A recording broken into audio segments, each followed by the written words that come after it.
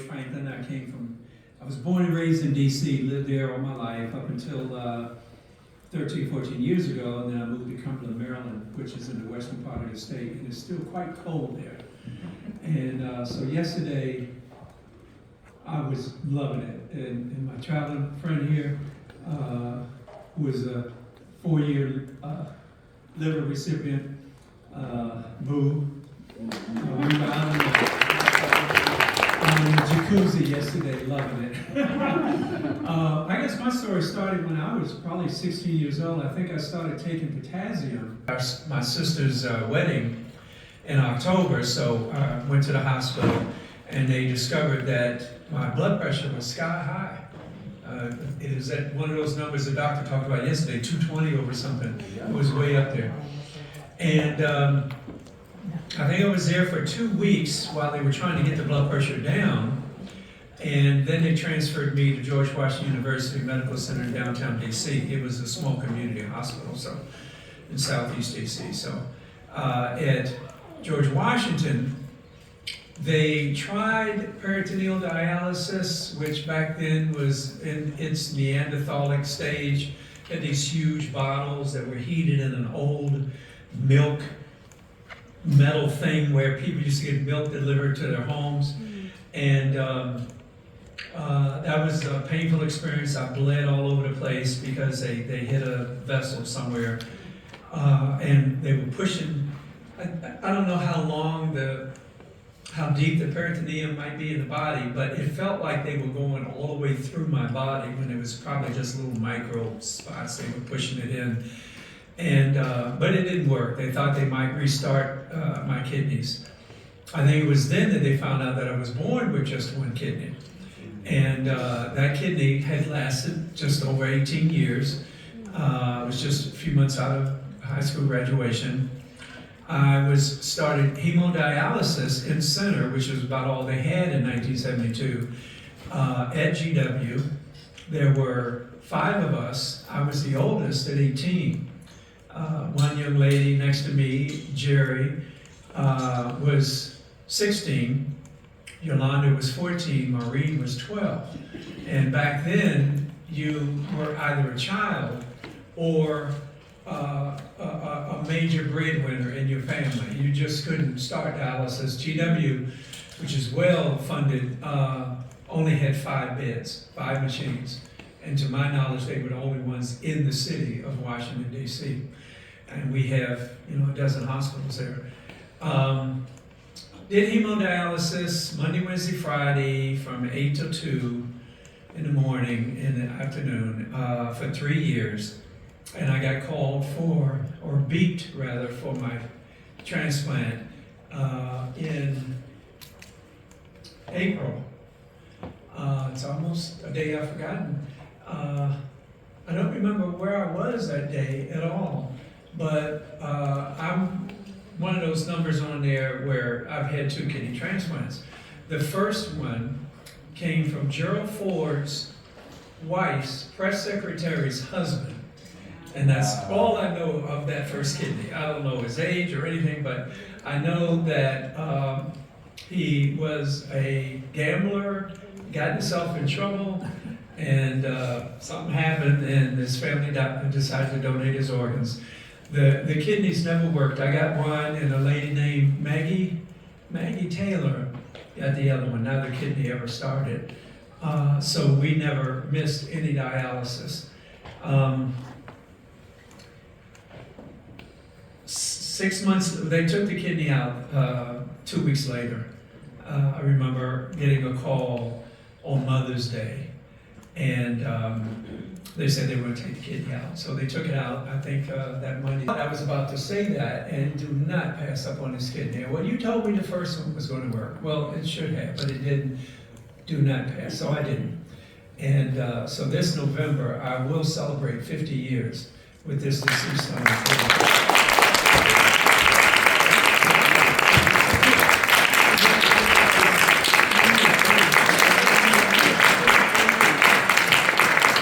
When I think of Brianna's story, though, I can't imagine a mother losing a child. My dad lost a son. He had a son bigger than Boo there. He was 6'3" or 4", he was 12 years old, boy, 14 shoot. And he's going to be a big boy, but he was electrocuted in my father's home. They lived in Philly.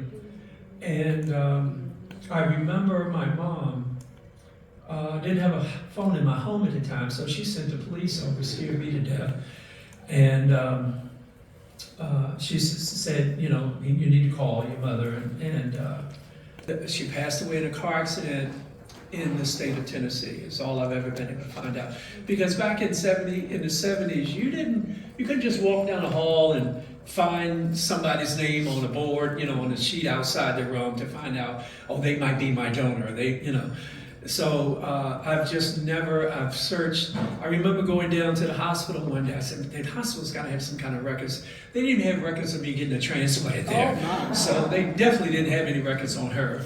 My transplant surgeon has never been able to find anything, and I've asked him a few times. 50th marathon and my 50th anniversary. So wow. We're invited guests at that Hall of Fame dinner this year, and so I'm definitely going to be in DC for that.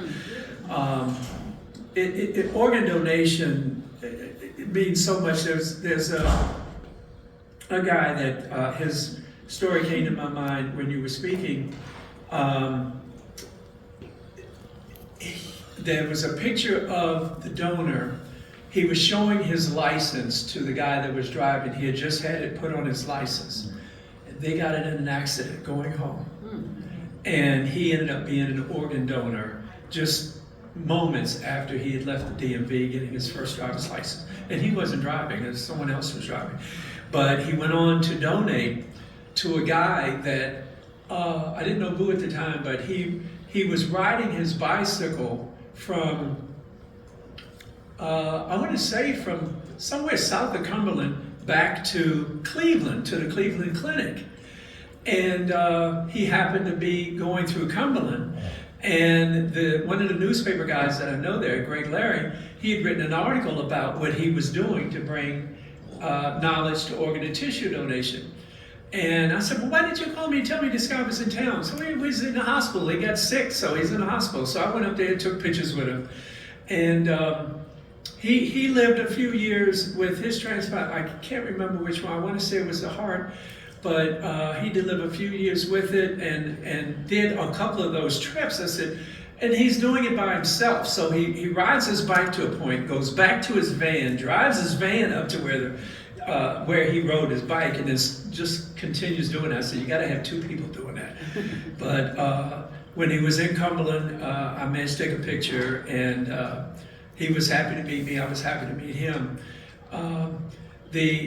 Something else I want to mention, the transplant games. For those that have transplants in the room, you've got to attend the transplant games. They're national games. We run, we jump, we swim, we bowl, we play poker, we do trivia, things for people that need to sit down, things for people that can still run and jump. And Boo and I have, we brought Cumberland some gold medals back from the games last year. They're every even year nationally. And last year they were in Birmingham. And next year they'll be in Denver, Colorado. Speaking of the games, in 2022 they were in San Diego. My first event was a 50-meter backstroke. And I hadn't medaled in it in a while, but I still want to swim. And got in the pool, swam over, swam back, got out of the pool, sat down for a minute, was a little woozy. And as I was walking across the pool deck, I passed out. My heart had stopped, much like that football player's heart a few years ago on the Buffalo team. And they used 2 AEDs to restart it. Apparently it stopped again in the ambulance, and they had to use another one. And the next day I woke up with a pacemaker defibrillator. So apparently back when I was 18 and just in the hospital when all this was going on, I came down with a viral pneumonia. And Antonio's story yesterday, I said, oh man, I should have told them that. But I called my mother, said, Mom, they're going to move me. A doctor had come in and saw that I was coughing up blood, which I thought was colored red from the cough medicine that I had just taken. I got it from the nurse. I said, I'll just get cough medicine and a sleeping pill, which I coughed back up. But anyway, she said, well, call me when they get you to your room. A doctor happened to wander in and see me. And the last thing I remember seeing are the doors of the elevator closing. I literally went into a coma, laying on the bed or whatever they transported me on. And they had told my mother that there was no more they could do. I had a viral pneumonia, that I was not going to make it. And they had to sedate her. Mom wasn't cool like you. You know, she just knocked me out now. And I don't know if she had time to get to my family, my brother, my sister, or whatever. But they told her I wasn't going to make it the night. And I think a couple of years ago, I remember coming home. When I woke up from the coma a week later, I came out of it as quickly as I went in. And I remember seeing my father, who I had not seen since I was 3 or 4 years old. But looking at him, I knew that was him. He was a big man. He had 2 gowns, one on the front, one on the back. They were all masked. I had a cousin who sang with the Delphonics, and I remember his eyes because they were steel gray eyes, Randy Kane. And I remember seeing those 2 people. I don't remember seeing the girl I dated all through high school. I don't remember seeing my mom, who got real upset when I told her that. I said, well, I don't remember. I remember my 2 people I hadn't seen in years, in a decade. I remember them. But I came out of it just as quickly as I'd fallen into it, and I told her I dreamt of a white Christmas tree. Now, back in the 70s, everybody had an aluminum Christmas tree with that colored light, you know, changing colors and everything. I don't believe anybody had those. I said, oh, now it's orange. Oh, look at that. But anyway, when I got home, she had found a white Christmas tree, and I dreamt of all this red. She had put red bulbs on it. The curtains had been changed. They were white with red stripes. And I guess we didn't know what was going to happen when I got home, but that was the beginning of my hemodialysis. And 3 years later is when I got this transplant. And I am fortunate to be able to do the games, to come down here. Boo drove most of the way, I think, and my car broke down the day before we were supposed to go to Birmingham, so I rode with him to Birmingham. I was supposed to fly and was riding with him to Birmingham, where I brought back 4 gold medals, and he had 2 gold medals. And I'm stunned because of what happened in California in 22, you know, when, again, just dropped out. No clue as to what happened, other than my heart stopped. There was an electrical interruption, and it just stopped. No pain, no nothing. And I remember waking up on the pool deck, and there's this big giant hand. I'd never seen a hand that big, pulling this oxygen mask off of my face and asking me my name. And who the same hell are you? And why am I laying down on the ground? I had no memory, just nothing from the time I remember reaching out to one of the team managers I saw, and she was reaching to me to hug. And she caught me, knocked 3 people over, and no one else was injured, but they all fell on the ground trying to keep me from passing out and knocking my head open. I am amongst men most blessed. And yesterday at the program yesterday, I thought we were going to have a praise service breaking out in there because there were so many good things about organ and tissue donation that happened to the people that were in the room yesterday. I thank everybody, all the donor moms and donor dads and donor family members that are in the room. I cannot imagine what you've gone through. I know I saw my dad and how he suffered when his youngest son passed away just 1 month into his 13th year after spending the summer, the first time he allowed him out of his sight since his mother passed from cancer, from breast cancer. he allowed him to come to DC and stay with his big brother. And although he was taller than I am, but I was the big brother. And I remember playing in the dirt like a 12-year-old would with my son, who was, I can't remember now, 8 or 9 or 10 at the time. But it was so cool for him to have an older uncle that was bigger than his father. It was kind of weird. It was kind of weird. But if you guys have any questions or would like to know more about the Transplant Games, you can ask me. You can always get in touch with President Brill. And thank you all so very much for listening. Any questions? I got a comment. Oh, please, you. No, I was at the San Diego games. Were you? Yeah. You're kidding. I met you and Robert Chelsea that day. Oh, right. Calendar. But anyway, when this happened, announcement went out through the whole game. Right? You can imagine 5,000 to 6,000 people. The whole place started praying. First of all, everybody knows George. I mean, he's been there probably all over. The whole place started praying. Wow. Literally. We stopped the games. I don't know if you knew that, but they stopped the games. We have to stop the games because George is getting sick. And then after we heard about you going to the hospital coming out, it was a big roar. So prayer works. I mean, literally, because like you said, he was out.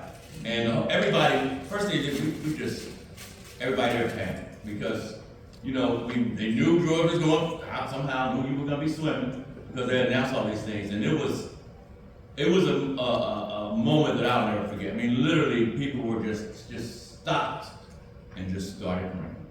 So, and George is the kind of guy, he talks to everybody.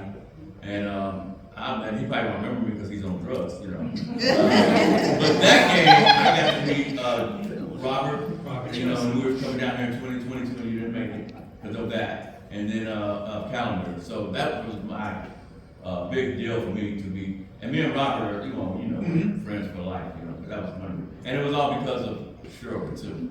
Got us together. So. And Robert Chelsea, he's speaking of, is the oldest full face transplant recipient. Wow. He was in a car accident. Well, he had his car broken down in California, and someone hit him, and his car burst into flames. Ooh. And fortunately, people dragged him out of the car, but he was severely burned, and he has a full face transplant. Wow. There was a picture taken of us. I think it was Brenda Cortez, who is an author. Of the three of us, it was myself, Robert, and Dr. Clive Calendar, who cared for me in DC because my surgeon had a habit of, after you do a transplant, he'd leave town. So Dr. Calendar was the only other transplant surgeon in DC. At the time, Jimmy Light was a transplant surgeon, but he was military, so he could only do stuff at Walter Reed. And Dr. Clive Calendar, to look at him, you'd never guess his age. But someone took a picture of the three of us, and I sent it to a friend down here, and she said, "Oh my God, the history." And I said, "History? What history?" He says, "Well, you're the longest African American with a transplant.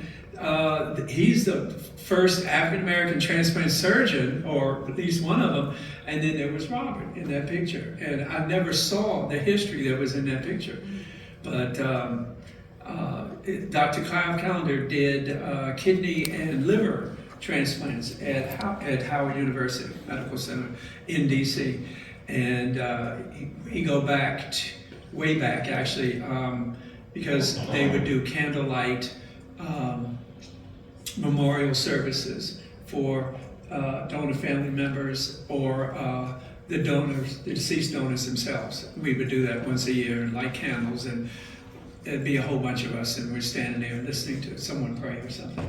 And absolutely, prayer works. I had a praying grandmother, as the song goes, and she told me she would walk down the hall to see a doctor in my chest when I was in that coma, because he refused to leave. He would not leave that room until they knew I was stable. And this was in DC when I was 18 years old. And I'd heard that people were concerned, but I never knew that they really, I knew they couldn't swim anymore because they'd used all the AEDs and they had to have at least one operating at the pool. And George had used both of them. That year, I was granted the Athlete of the Games Award. And someone from UNOS called to tell me, because I volunteered for them at the games, and says, "What are you talking about? I'm in the hospital." I mean, the only thing I did was swim and pass out. So how did I? He said, "Well, you've got it." And when I finally reached Bill Ryan, who was the chairman of the games, he said, "George, it's not about the medals, about the sports.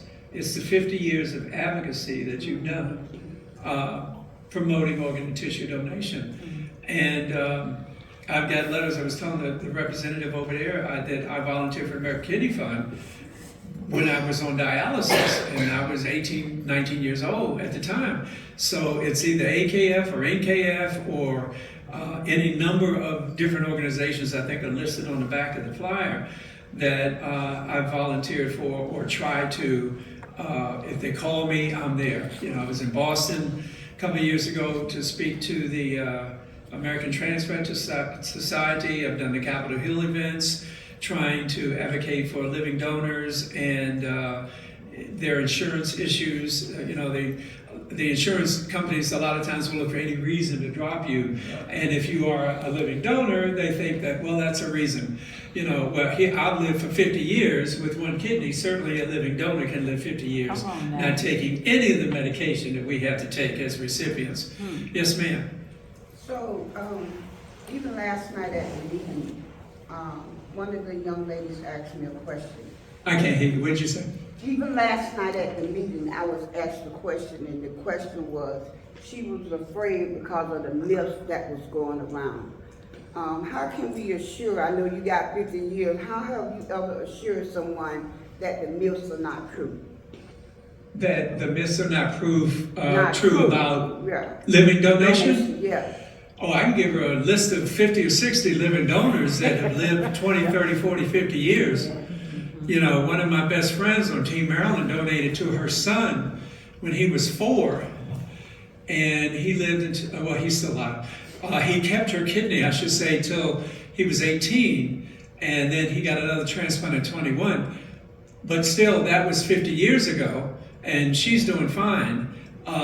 There's a lady on Facebook, Kate Grimm, who has donated was a living donor, kidney donor, and she wants to be a living liver donor as well. She just finished climbing Mount Kilimanjaro to celebrate. You know, I could barely get up the steps here, but she's climbing a mountain. Okay, but so that's what you can do. You know, I mean, some of recipients, you know, 10 years ago, yeah, I could have gone up there with her, you know, but hips hurt now. So, you know, 50 years of prednisone, which the living donors don't have to take. So, but still very, very grateful. There are many living donors. Reach out to me. I'll give whoever you want a list, or she can go on Facebook. There are plenty of living. As a matter of fact, she wanted to join. There's a club I started called the Quarter Century Club for recipients that are at least a quarter century out with their transplant, 25 years. We've got 220 odd members. Wow. But as a living donor, she wanted to join. She said, okay, I'm ready to join. I said, oh, you can't. You got to wait till your recipient joins 25 years from now, and then you can join. And so, well, that sucks, you know. So I said, well, you know what? You should start a living donor group. And she did, and I'm an honorary member. But they've got hundreds, because she catches them on the operating table. I don't know how she managed to get them, but as soon as they donate, you're automatic. They've been on dinner cruises. They've gone to the islands and everything. They go on cruises every year to celebrate. And she took her living donor group banner up to the top of Kilimanjaro. Wow. Or at least as high as they went. It was way up. And there were some ashes that she spread. I can't remember who it was. I thought it was her dad, but I know she had a little teeny thing and she sprinkled some ashes way up in the wind, picked them up and blew them. But that was, it was wonderful because she videotaped it, so it was very, very exciting. And I keep looking over here, I keep forgetting not to look over here. But I've just been fortunate, and I'm glad, I'm grateful, I'm blessed. The pastor that I had, his wife used to say, George, you is blessed, better than blessed. Blessed beyond measure, and then there's me. Thank you.